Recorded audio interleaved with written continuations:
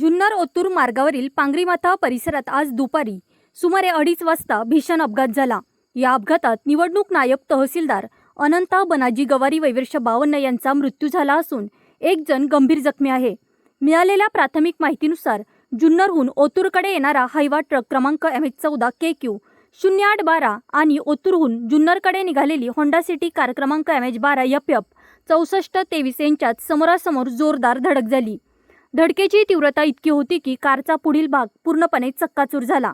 या अपघातात अनंता गवारी, विजय खारतोंडे वैवर्ष 48 आणि तुषार भीमराव कोरडे वैवर्ष 35 सर्वजण राहणार जुन्नर हे जखमी झाले। गवारी यांना उपचारासाठी नेत असताना त्यांचा मृत्यू झाला। विजय खारतोंडे यांची प्रकृती गंभीर असून तुषार कोरडे यांना किरकोळ दुखापत झाली आहे।